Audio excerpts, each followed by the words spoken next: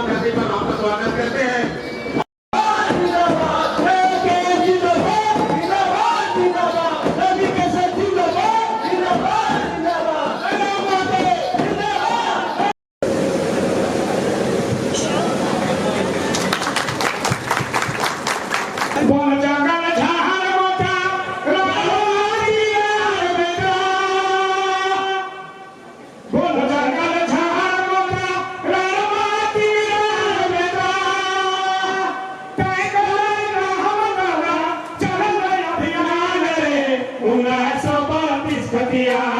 अपना पहचान रे 1932 हथियार, अपना पहचान रे 1932 हथियार। अपन माटी अपन भाषा जागृत है आवाज़। अभी नहीं तो कभी नहीं, अभी नहीं तो कभी नहीं, कनिक ध्यान रे 1932 हथियार। बहुत बहुत धन्यवाद सुनील जी, धन्यवाद। तो आज धरती आबा बिरसा मुंडा की पावन धरती में भारत स्वतंत्रता अभियान के नायक तेलंगा खड़िया बुधु भगत ताना भगत की धरती में आप सभी झारखंड वासियों का जोहार करते हैं, हार्दिक अभिनंदन करते हैं। आज इस कार्यक्रम में जो लोग आए हैं राउर मन सभिन मन के जोहार करे है और जितना वोट हमर से बोड़ा है थोड़ा सा भाषा में असुविधा होगा क्योंकि हम धन्यवाद पुकारों से, लेकिन जे हमर से छोटे लगा ओखनी के आशीर्वाद दे है। हम धन्यवाद दिए चाहे जितना भी पुलिस के जवान सब अले हा, जितना भी पुलिस के कर्मी अले हा, तोहनियों के धन्यवाद आभार। हम धन्यवाद दिए चाहे लोकतंत्र के चौथा स्तंभ मीडिया बंधु के, चाहे भारत देश के आजादी रहे या शोषित वंचितों के आवाज रहे, मीडिया के रोल हमेशा सर्वोपरि रहा है। तो तोहनियों के धन्यवाद। तो अब इस फुटबॉल के मैदान के उदाहरण से ही हम अपन बात कर रखे हैं। आज और साथ ही साथ हम नमन करे है भारत देश के माँ भारती के वीर सुपूत अल्बर्ट एक्का के। आज अल्बर्ट एक्का के स्टेडियम में इस फुटबॉल के मैदान में देख ले, फुटबॉल के मैदान हो कि फुटबॉल के मैदान में फुटबॉल के खेल हवा है ना। अब मान के चल फुटबॉल के खेल तो 90 मिनट में हुआ है, लेकिन 10 मिनट के पेनल्टी भेजाए अगर मैच टाई हुआ है, यानी अगर 10 मिनट के पेनल्टी के खेल अगर खेलल जाए तो एक रूल बना है, एक नियम बना है, तब 10 मिनट के पेनल्टी के खेल हुआ है।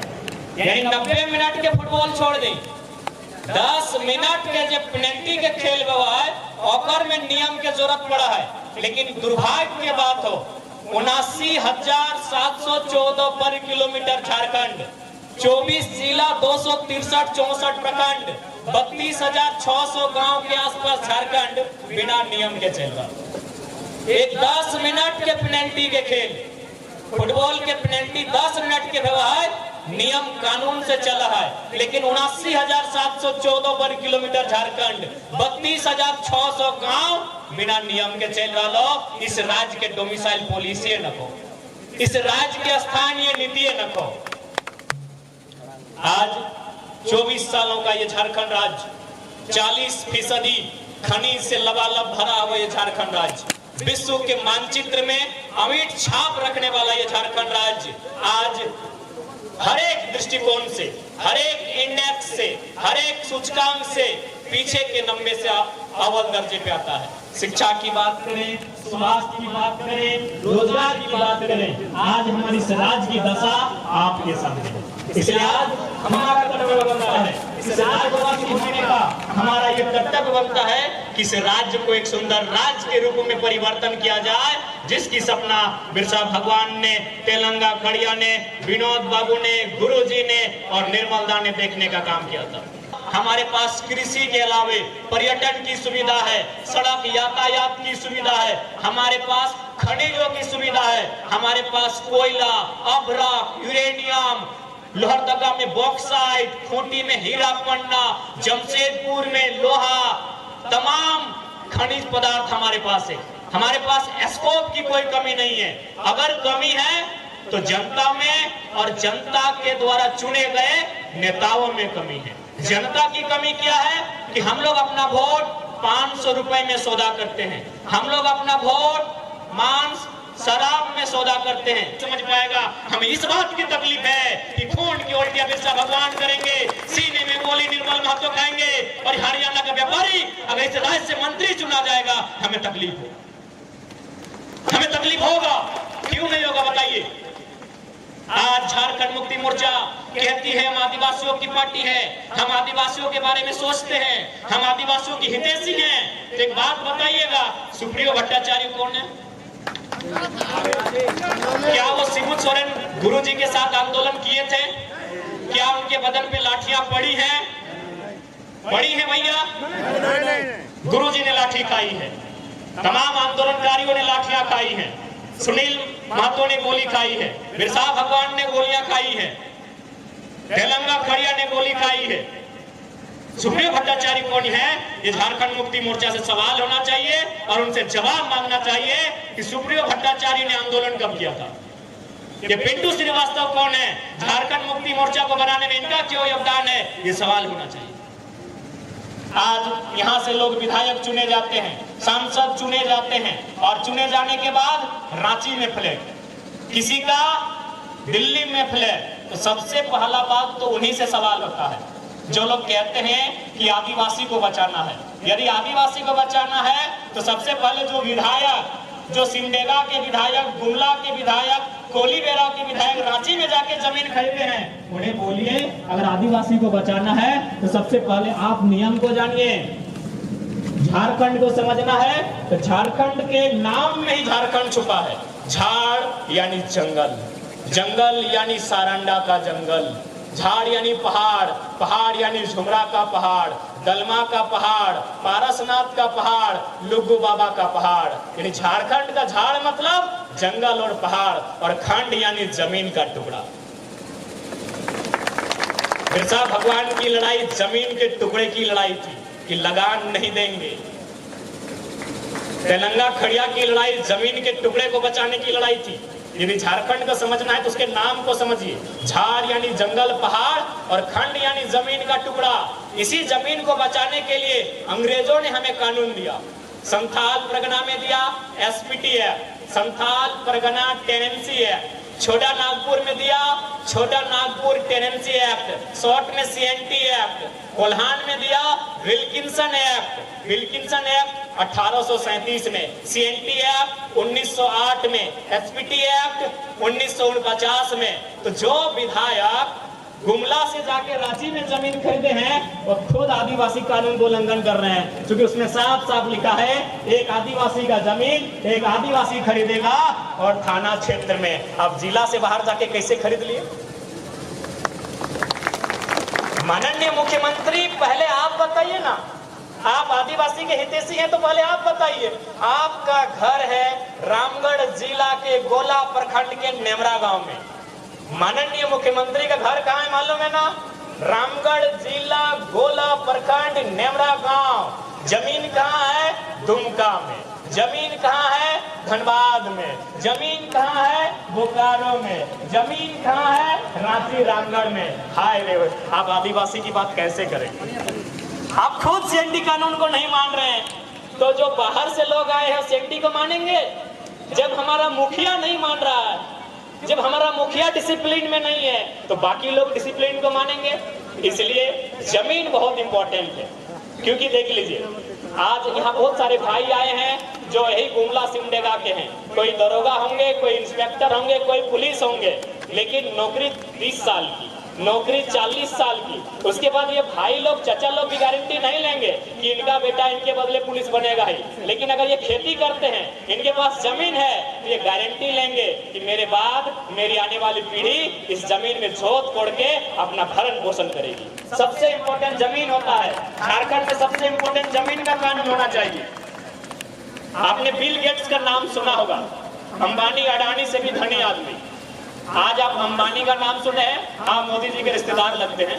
अंबानी अडानी का नाम आप सुने होंगे, उनसे भी धनी आदमी थे बिल गेट्स, माइक्रोसॉफ्ट के संस्थापक थे अमेरिका के। लेकिन आज मालूम है उन्होंने अपना जो पैसा है वो कहाँ इन्वेस्ट किया है? उन्होंने अपना पैसा मोबाइल में नहीं, बिजनेस में नहीं, उन्होंने अपना पैसा जमीन में इन्वेस्ट किया है। 1000 वर्ग किलोमीटर जमीन खरीदा है। 1000 वर्ग किलोमीटर जमीन यानी मोटा मोटी खूंटी जिला। खूंटी जिला। बिल गेट्स दुनिया का सबसे धनी आदमी कहाँ इन्वेस्ट कर रहा है?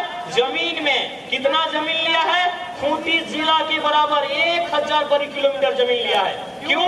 सबको मालूम है कि मोबाइल चल संपत्ति है, ये गाड़ी चल संपत्ति है, ये पैसा चल संपत्ति है, ये सोना चांदी चल संपत्ति है। एक ही वो संपत्ति है जिसको अचल कहते हैं, जमीन का टुकड़ा, जो कहीं नहीं जाएगा, जहां है वहीं रहेगा।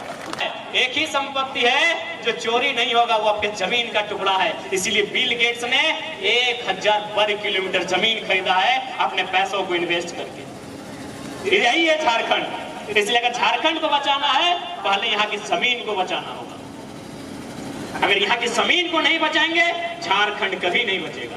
तमाम कॉर्पोरेट घरानों की नजर यहाँ की जमीन पर है, तमाम उद्योगपतियों की नजर यहाँ की जमीन पर है। इसीलिए आज वो लगातार सीओ के माध्यम से, तमाम जो भू पदाधिकारी हैं उनके माध्यम से जमीनों का हेर फेर करते हैं। कैसा हेर फेर करते हैं कि आपकी जमीन को पंजी 2 में चढ़ा देते हैं, आपके मोटेशन में रोक के रख दिया जाता है, आपका ऑनलाइन पर्चा नहीं काटा जाता है। ये कोई छोटी मोटी साजिश नहीं है, ये बहुत बड़ी साजिश है। अगर आज इस साजिश से को नहीं समझते हैं तो 20 साल बाद जिस प्रकार आज असुरी समाज कहाँ है कोई नहीं जानता है, बिरहोरी समाज आज कहाँ चला गया कोई नहीं जानता है, पहाड़िया, सबर, सोरैया कहाँ चले गए कोई नहीं जानता है। कल को बाकी जो समाज यहाँ है, चाहे मुंडा रहे, उराव रहे, हो रहे, खड़िया रहे, कुड़मी रहे, संथाल रहे, कल वो कहाँ चले जाएंगे कोई नहीं खोज पाएगा।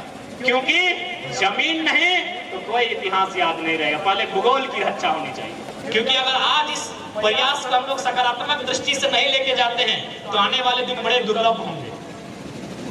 अभी झारखंड राज्य की जब बात आती है तो 1932 खतियान की बात आती है, खतियान आधारित स्थानीय नीति की बात आती है।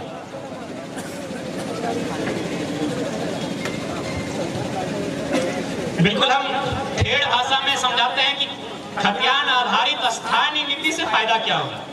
जमीन में उगाते हैं फसल और उस फसल को बचाने के लिए चाहिए भोरना 3 चीज। तो झारखंड एक जमीन है, साहेबगंज से लेके गढ़वा तक, गढ़वा के सिमडेगा होते हुए जमशेदपुर तक, जमशेदपुर से धनबाद होते हुए पाकुड़ गोड्डा तक, इसे मान लेते हैं एक जमीन यानी खेत मान लेते हैं, एक बारी मान लेते हैं। और फसल, चूंकि इसमें उगता है फसल, तो फसल का मतलब यहाँ जो नौकरियां हैं, यहाँ जो खनिज संपदा है, यानी जो आय, इनकम का जो स्रोत है उसको हम लोग फसल मान लेते हैं।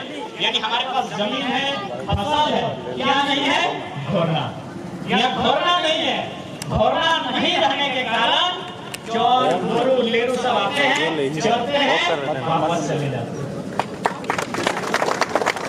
झारखंड में क्या नहीं है?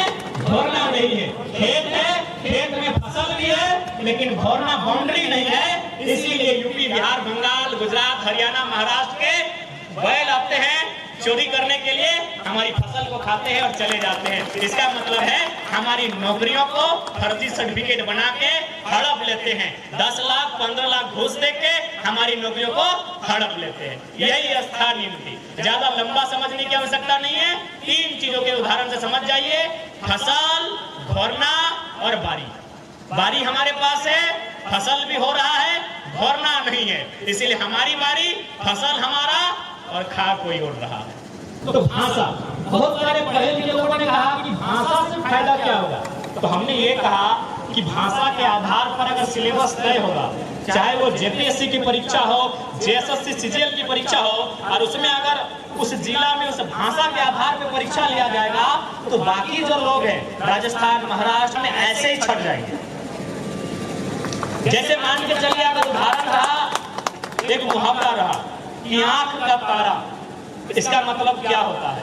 ये सभी जानते हैं कि आंख का तारा का मतलब क्या होता है। बिहार के स्टूडेंट भी सही टिक करेंगे, बंगाल के स्टूडेंट भी सही टिक करेंगे, उत्तर प्रदेश और मध्य प्रदेश के स्टूडेंट भी सही टिक करेंगे कि आंख का तारा का मतलब क्या होता है। लेकिन यही यदि हमारी क्षेत्रीय भाषा में होता, जैसे हमारे धनबाद बोकारो में कहावत है कि पकड़ करे हाथ करे करे हाथ, ना असम के लोग समझेंगे, ना राजस्थान के लोग समझेंगे, ना बिहार बंगाल के लोग समझेंगे। वो भले परीक्षा में बैठेंगे लेकिन भाषा को नहीं समझेंगे। उड़ीसा में यही होता है, सारी प्रक्रिया पूरी होने के बाद इंटरव्यू का लेटर उड़िया भाषा में भेज देता है।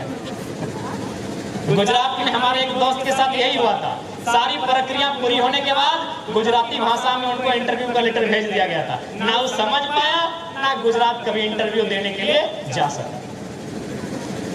उसके बाद अगर लोग चीजों को पढ़ाया जाएगा, अभी जो हाल फिलहाल का जेपीएससी हुआ था उसमें एक सवाल पूछा गया था कि सेंद्रा किसे कहते हैं।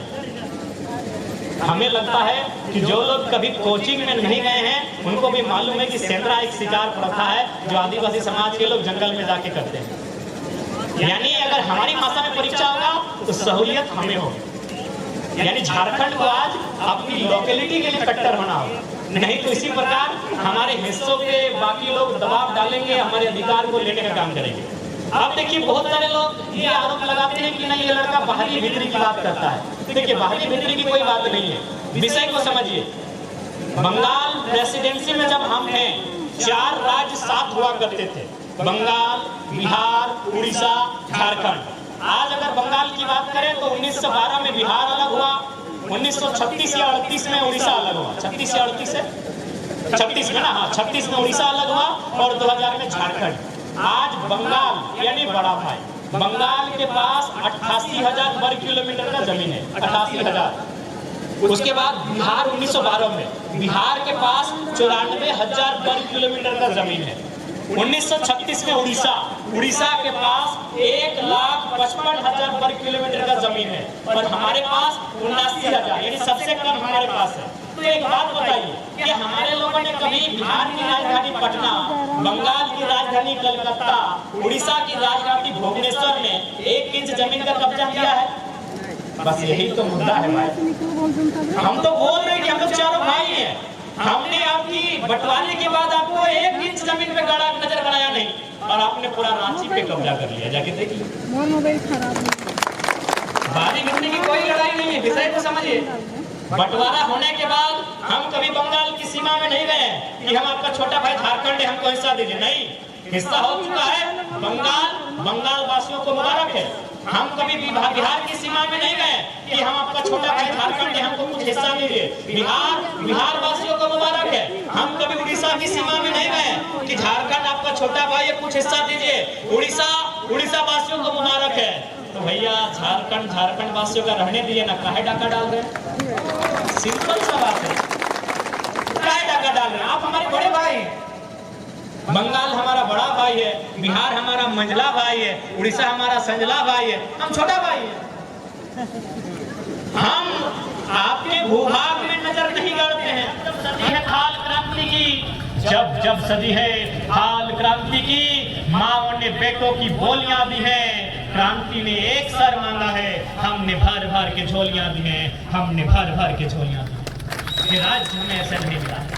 पुनः अपनी बातों को विराम देने से पहले मैं धन्यवाद देना चाहूंगा सिमडेगा इकाई के तमाम हमारे साथियों का, तमाम हमारे पदाधिकारियों का, तमाम सदस्यों का। हम धन्यवाद देना चाहेंगे आवाम का, हम जनता के देश में जनता का धन्यवाद देना चाहेंगे। भारत देश of the people, by the people, for the people. जनता को जनता के लिए, जनता के द्वारा जाना जाता है। इसलिए हम धन्यवाद देंगे जनता जनार्दन का, जो आशीर्वाद देने के लिए सुदूर गांवों से चलकर अल्बर्ट का मैदान में आए हैं। मैं उनका धन्यवाद देना चाहूंगा, मैं उन्हें नमस्कार आदाब पेश करना चाहूंगा, मैं उन्हें जोहार करना चाहूंगा।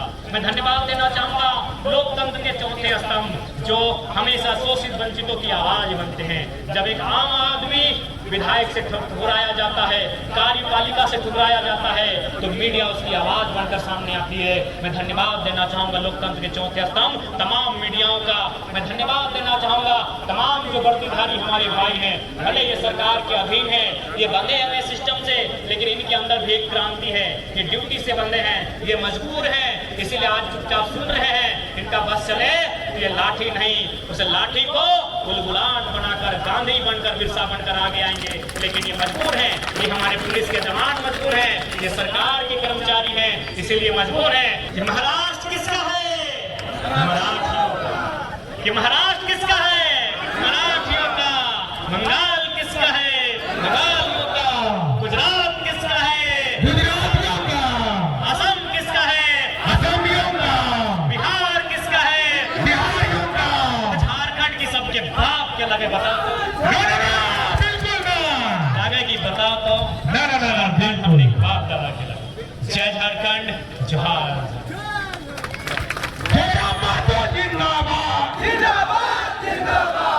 जयराम जी बताएं, सिमडेगा आगमन हुआ है, सिमडेगा में जेबी केसेस की नींव डल गई है, विधानसभा चुनाव नजदीक है, ऐसे में किन मुद्दों को लेकर आप यहाँ पर चुनाव लड़ेंगे? कि झारखंड राज्य बने हुए 24 साल हो गए। सबसे पहले तो सिमडेगा की धरती को नमन करते हैं कि हमें बहुत अभूतपूर्व एहसास दिलाया कि सिमडेगा के क्षेत्र में भी हमारे लिए कोई समर्थन की कमी नहीं है। जहाँ तक मुद्दों का सवाल है, मुद्दे वही हैं जो झारखंड में बिरसा भगवान के समय थे, जयपाल सिंह मुंडा, विनोद बिहारी महतो और निर्मल दास के समय थे। वही मुद्दे हैं इन ज़मीनों को सुरक्षित करने की। नहीं तो इसी प्रकार जो चालाक धूर्त किस्म के लोग हैं वो किसी प्रदेशों से आएंगे, किसी देश से आएंगे, हमारी ज़मीनों को लूट कर चले जाएंगे नहीं तो हमारी ज़मीनों को अधिग्रहित कर लेंगे। तो वही समस्याएं हैं। CNT-SPT की कानूनें हैं, विल्किंसन रूल है, लेकिन आज भी धड़ल्ले से हमारी आदिवासी मूलवासियों की ज़मीनों का हड़प किया जा रहा है। उसे रोकथाम करना हमारा मुद्दा रहेगा। आज कोई भी राज्य बनता है तो सबसे पहले एक पॉलिसी बनती है कि इस राज्य का मूल निवासी कौन होगा। बिहार रहे, बंगाल रहे, उड़ीसा रहे, छत्तीसगढ़ रहे, या फिर तेलंगाना, तमिलनाडु या कर्नाटक रहे, या महाराष्ट्र रहे, या गुजरात रहे। लेकिन इस राज्य की एक डोमिसाइल पॉलिसी नहीं होने के कारण आज इस राज्य में लोग आकलन नहीं कर पा रहे हैं कि इस राज्य के मूलवासियों के अधिकार लेकर कौन जा रहा है। तो स्थानीय नीति हमारा मुद्दा रहेगा। क्योंकि ये राज्य किसानों का प्रदेश है, एक बेहतर कृषि नीति हमारा मुद्दा रहेगा। छात्र लगातार सड़कों पर आकर आंदोलन कर रहे हैं, अपने बदन पे लाठियां भांज रहे हैं, तो एक नियोजन नीति हमारा बेहतर मुद्दा रहेगा। इस राज्य में जो पारा कर्मी हैं, चाहे पारा शिक्षक हैं, आंगनबाड़ी की सेविका हैं, रसोइयाँ हैं, तमाम जो स्वयं सेवक हैं, उनके मुद्दे को कैसे अस्थायी किया जाए, उनके मुद्दे को कैसे समाधान किया जाएगा, ये हमारा मुद्दा रहेगा।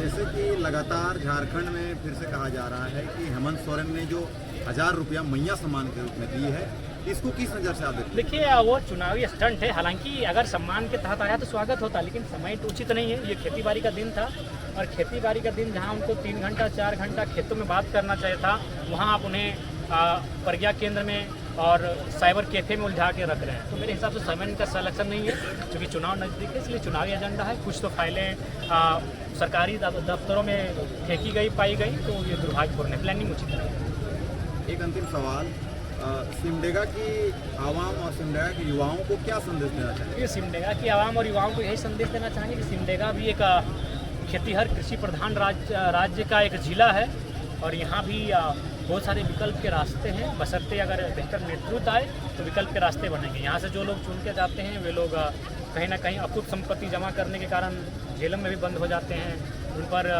CBI ED तक का प्रेशर बन जाता है। तो इसलिए ईमानदार पॉलिटिक्स की आवश्यकता है। जो धन्यवाद।